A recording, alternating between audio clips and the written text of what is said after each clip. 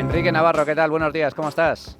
Muy buenos días, Manuel. Un saludo a todos los oyentes. ¿Qué Bueno, tal? pues aquí estamos en un nuevo capítulo de la historia negra del socialismo español, donde repasamos algunos de esos capítulos más lamentables de la historia de España. Y vamos a uno especialmente relevante, que es el relativo precisamente a la caída de la monarquía y el advenimiento de la república, Enrique. Ujú. Sí, la verdad que, bueno, la verdad es que quisiera empezar con una cita de que fue el manifiesto del Comité Revolucionario encargado de promoverlo, la que fue la insurrección de Jaca de diciembre del 30, de 1930, ¿no? Que decía así, la revolución será siempre un crimen o una locura, donde quiera que prevalezca la justicia y el derecho. Pues, pero es justicia y es derecho donde prevalece la tiranía. Es decir, a su particular criterio, la revolución, la violencia estaba justificada pues cuando prevalece la tiranía. Bien, pues bajo el fuero de esa tiranía, de esa supuesta tiranía a la que hacían referencia, que no deja de ser la monarquía, el sistema de restauración, fueron indultados algunos miembros de ese comité cuando habían sido partícipes años atrás, en agosto de 1917, de otra tentativa golpista que costó la vida a casi 100 españoles, ¿no?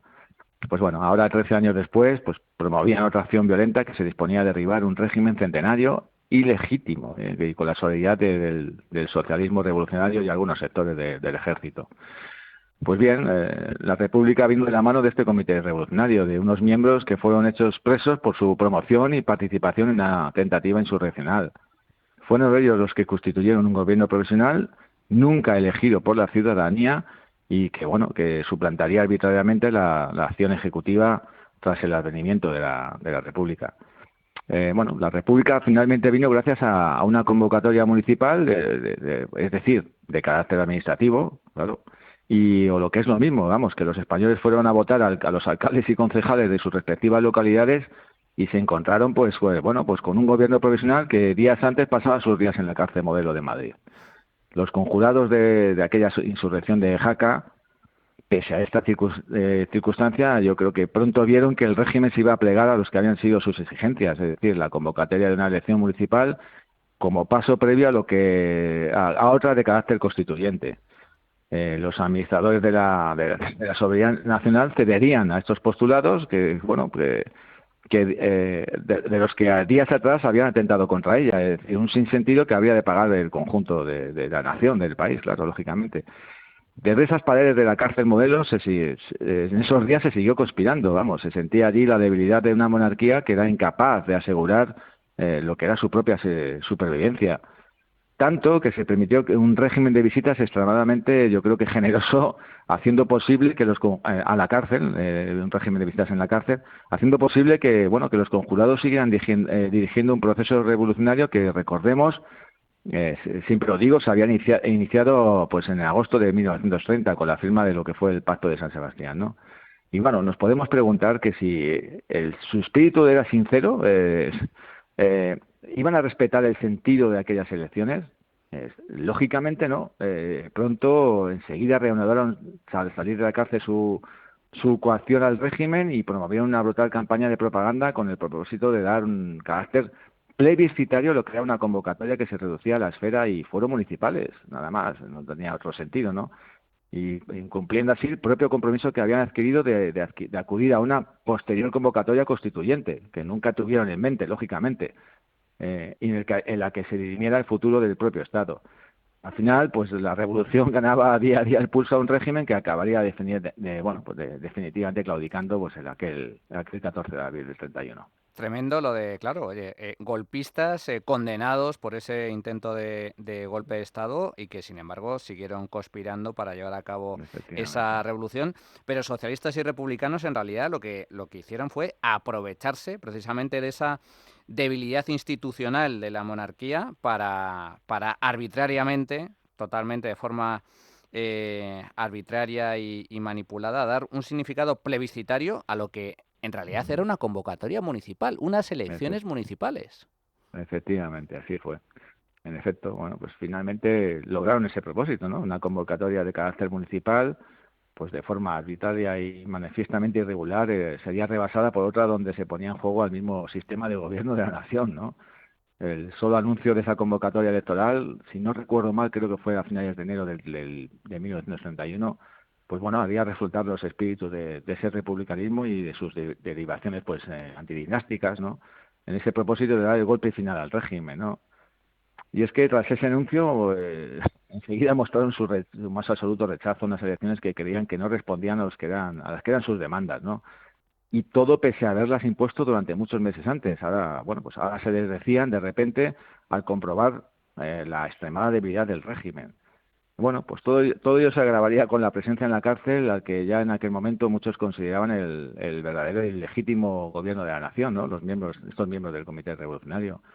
El gobierno, pues, presa de una mezcla de lo que era su habitual tibieza, yo creo, y junto a un exceso inexplicable de confianza, hizo posible que el Comité Revolucionario pues fuera retomando el pulso de la iniciativa revolucionaria desde esas propias paredes de la cárcel.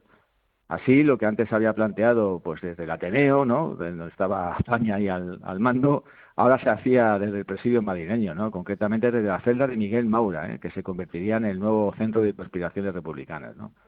El giro definitivo de los acontecimientos se produciría, pues yo creo que en el mes de febrero, ¿no? El gobierno, ante la inminencia de la convocatoria electoral, se decidía por restablecer la libertad de imprenta, de prensa, vamos. Bueno, esta circunstancia la iban a aprovechar aquellos que en definitiva buscaban cualquier recoveco, cualquier resquicio para hacer imposible la vida al régimen. Pues bueno, así aprovecharían este restablecimiento de las garantías constitucionales pues para incrementar la presión que venían ejerciendo con una campaña propagandística, de luego, absolutamente incendiaria. ¿Cómo lo harían? Pues bueno, se hicieron distintas interviews que se publicarían en los siguientes días en los medios afines de lo que era la revolución, y esta propaganda perfectamente diseñada desde las propias paredes de la cárcel resultaría finalmente letal para el régimen, ¿no? Así, de esta forma, pues yo creo que la libertad de prensa actuaría como absoluto transmisor de un mensaje revolucionario que calaría en muchos sectores de la sociedad, haciendo imposible que el espíritu haciendo posible que el espíritu plebiscitario se impusiese finalmente al debido y preceptivo carácter administrativo, que era lo que eran aquellas elecciones. ¿Qué mensaje se transmitió en favor de esa causa revolucionaria? Pues bueno, sencillamente aquellas interviews trataron de transmitir que el gobierno, la facultad ejecutiva y soberana, residía en la cárcel, y no en un gabinete que en aquel momento presidido por Berenguer, pues entendían carecía de cualquier tipo de autoridad moral para liderar cualquier proceso o iniciativa tras los sucesos de Jaca de diciembre del 30, ¿no? Bueno, pues ese mensaje calaría en una buena parte de la sociedad española, que llegaría a considerar a aquellos promotores de lo que era un golpe de Estado como presos políticos de un régimen al que iban a combatir. Y así lo harían, pues bueno, pues permitiendo deliberadamente el sentido de una convocatoria electoral municipal y convirtiéndolo con un carácter plebiscitario que no era, evidentemente, no estaba justificado. Lo cierto es que en esta sección podemos comprobar cómo en muchas ocasiones la historia se repite, ¿eh? Y aquí tenemos casos también ciertamente cercanos de Sí, golpistas sí, encarcelados totalmente. y que luego fueron Efectivamente. indultados por el régimen. Totalmente. Enrique, para terminar la sección de hoy, finalmente se consuma el golpe en las Ujú. elecciones de abril del año 31. Triunfa finalmente la revolución. Efectivamente, al final los que eran los jerarcas de aquella revolución, porque al fin y al cabo la República no fue otra cosa sino que la culminación de un proceso revolucionario de más de 30 años, que yo en mis libros es lo que expongo, básicamente, ¿no? Y vinieron denunciando las artimañas de la vieja política y bueno, pues muy pronto de todas ellas harían su más reconocible conducta política, además, es que es así. Previamente a aquellas históricas elecciones de abril del 31, los agentes de la revolución no pararon un instante en promover un relato revolucionario que debía hacer inútil cualquier resultado que saliera de aquella convocatoria municipal, ¿no? Bueno, pues así el que era jurista socialista, Jiménez de Asúa, en los días previos a la cita electoral se encargó de movilizar a las masas estudiantiles con el propósito, bueno, pues de crear un ambiente social muy contrario al orden que pretendía establecer el gobierno de Berenguer, ¿no? Luego, por su parte, Lerroux sería el encargado de sondear el ambiente dentro del ejército, ¿no? De su nivel de compromiso, lo que era su nivel de compromiso con la causa revolucionaria. De hecho, Lerroux resultaría clave para que Sanjurjo se dispusiese a facilitar lo que a posteriori los resultados finales no iban a certificar, ¿no? Bueno, luego también tenemos un caso muy particular que es el del director general de seguridad, que era Emilio Mola, que en los días previos avisaba de la existencia de un auténtico contrapoder y que se ejercía desde el penal de la cárcel Modelo, ¿no? Bueno, pues destacaba que como aquellas interviews a las que he hecho referencia y las imágenes que se publicaban de los miembros del Comité Revolucionario, pues bueno, estaban creando y fomentando un impulso revolucionario, pues bueno, yo creo que extraordinario, ¿no? Y es que, bueno, pues la principal matriz y fundamento de las oposiciones al gobierno no tenía otro argumento que ir cerrando todos y cada una de las vías de escape al régimen, ¿no? Básicamente era eso, ¿no? En definitiva, la libertad de prensa y lo que era la restitución de las garantías constitucionales las aprovecharían para precisamente hacer imposible la subsistencia del régimen. Y es que, al fin y al cabo, yo creo que para eso estuvieron clamando durante los meses previos, ¿no? Por un restablecimiento de unas garantías constitucionales que no iban a respetar, porque iba a ser la forma más rápida para derribarlo.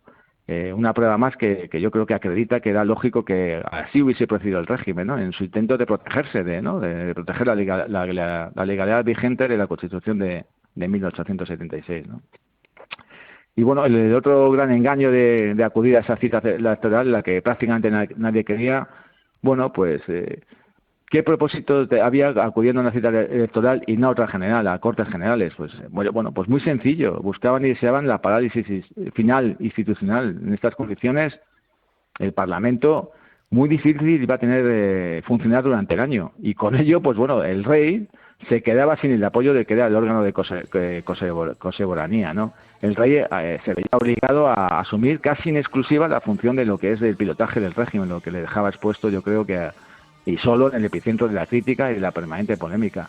Es decir, a través de esa convocatoria municipal, bueno, pues se iba a prolongar una situación de interinidad que solo beneficiaba a quien querían debilitar y derribar al régimen, como así finalmente sucedería. Y bueno, y para cerrar este capítulo, dio unas palabras muy ilustrativas del que fuera presidente de la República, Alcalá Zamora, que las emitió en la Casa del Pueblo de Madrid pocos días antes de las elecciones, el 10 de abril del 31, a 48 horas de la cita histórica, ¿no?, electoral. Dicen así: os he dicho que vamos a luchar juntos, necesitamos permanecer unidos y vencer solidarios para instalar la República, por las elecciones o por la fuerza. Vamos a instalar la República por la vía legal y si nos la cierran, por la vía revolucionaria. Bueno, 48 horas después, pues triunfaba la Revolución en España. Más claro, agua. Enrique Navarro, que por cierto ya está disponible tu nuevo libro, La revolución más anunciada de la historia, que abarca los años 1932 y 1933. El segundo volumen de La revolución más anunciada de la historia, disponible en Amazon. Como siempre, Enrique, muchísimas gracias. Fuerte abrazo.